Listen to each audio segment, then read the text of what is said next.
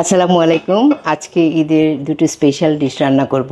প্রথমে রান্না করছি চিকেন মান্ডি, আর সেজন্য একটা বড় প্যানে পরিমাণ মতো তেলের সাথে বেশ খানিকটা ঘি দিয়ে দিয়েছি। এবার এতে গোটা গরম মশলা যেমন দারচিনি, এলাচ, লবঙ্গ, তেজপাতা ও গোলমরিচ এবং বেশ খানিকটা পেঁয়াজ কুচি দিয়ে গোল্ডেন ব্রাউন করে ভেজে নিব। মা, কি করো?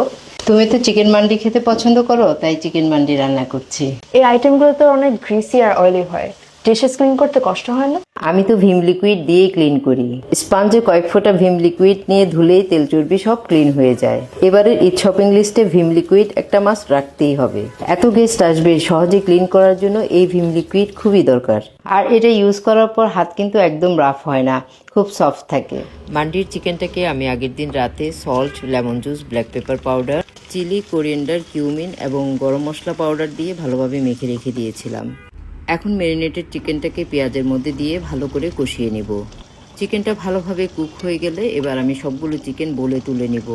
প্যানে যে চিকেনের ঝোলটা থেকে গেল ওর মধ্যে আমি আগে থেকে ভিজিয়ে রাখা বাসমতি রাইস দিয়ে দিব। রাইসের সাথে হাফ টিস্পুন করে আদা, রসুন, ধনিয়া, জিরা ও মরিচ পাউডার দিয়ে দিব। কয়েকটা আলু বোখারা, ড্রাই লেমন ও সল্ট দিয়ে ভালোভাবে রাইসটাকে কষিয়ে নিব। একটা সুন্দর ফ্লেভারের জন্য কয়েকটা কাঁচামরিচ দিয়ে দিলাম।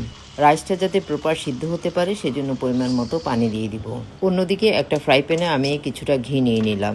এবার কুক করা চিকেনটাকে আমি হাই ফ্লেমে ভেজে নিব। এই কাজটা আপনারা ইচ্ছে করলে ওভেনেও করে নিতে পারেন।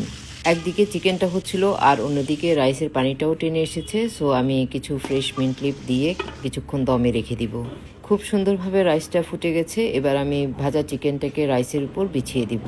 মান্দি রাইসের যে একটা স্মোকি ফ্লেভার আছে তা আনার জন্য আমি একটা চারকোলকে জ্বালিয়ে নিচ্ছি। এবার রাইসের মধ্যে বাটি বসিয়ে তার মধ্যে জ্বলন্ত চারকোলটাকে দিয়ে দিব। এই সময় যে স্মোকটা ক্রিয়েট হয়েছে তা যেন রাইস এবং চিকেনের মধ্যে ভালোভাবে অ্যাবজর্ব হয়, সেজন্য আমি ঢাকনাটা দিয়ে 10 মিনিটের মতো ঢেকে রাখবো। আর বাটিতে থাকা ঘিটা রাইসের উপর ঢেলে দিব। ব্যাস রেডি চিকেন মান্দি। মাশাল্লাহ, অনেক বেশি সুন্দর হয়েছে। আর এদিকে রান্না করেছি হাতে মেখে মেজবানি বিফ, যার কালারটা খুবই সুন্দর এসেছে। এবার চিকেন মান্ডিটা পরিবেশনের জন্য একটা সুন্দর ডিশে বেড়ে নিচ্ছি। একটা ডিফারেন্ট ফ্লেভার নাকে এসে কিক করছে। আর এটা দেখতে এত বেশি সুন্দর হয়েছিল যে আসলে গার্নিশিংয়ের প্রয়োজন নেই, তবু আমি কয়েকটা রেড অ্যান্ড গ্রিন চিলি দিয়ে গার্নিশ করে নিলাম।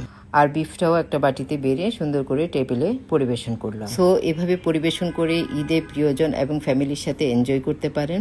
সবাইকে আগাম ঈদ মোবারক। আল্লাহ হাফেজ।